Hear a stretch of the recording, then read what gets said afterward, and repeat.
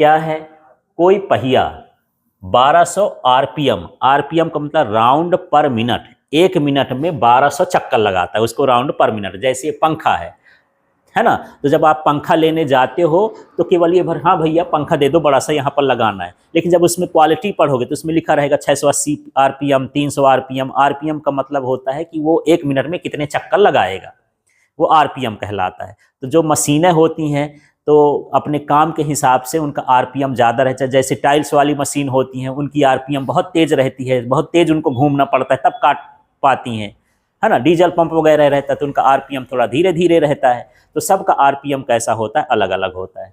तो कोई यहाँ पर पहिया ये 1200 आरपीएम पर घूम रहा है, ठीक है। इसका कोणीय वेग रेडियन सेकेंड में ज्ञात कीजिए। तो चलो हम यहाँ पर देख लेते हैं।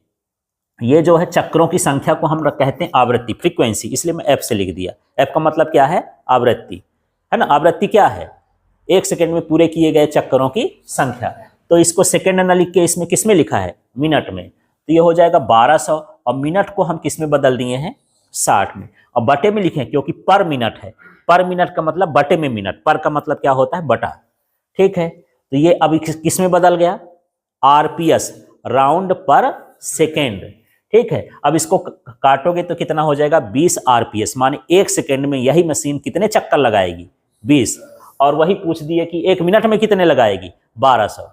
तो अभी हम बोलते हैं कि जब भी हम सवाल ववाल करते हैं तो सभी को किस में बदलना होता है, एसआई मात्रक में। तो समय का एसआई मात्रक तो मिनट नहीं है, क्या है, सेकेंड है, इसलिए सेकेंड में बदल लिए।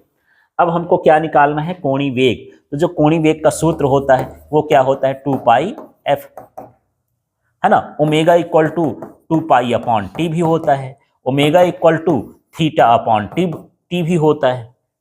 जहां जैसा जरूरत हो वैसे सूत्र लगा देना है। हमको इस बार आवृत्ति दिया है तो आवृत्ति का सूत्र लगा देंगे, आवर्तकाल दिया होता तो ये लगा लेते, कोणीय विस्थापन और समय दिया होता तो ये लगा लेते। जहां जैसा होगा वैसे हमको यूज कर लेना है यार, है तो वही चीज, ठीक है।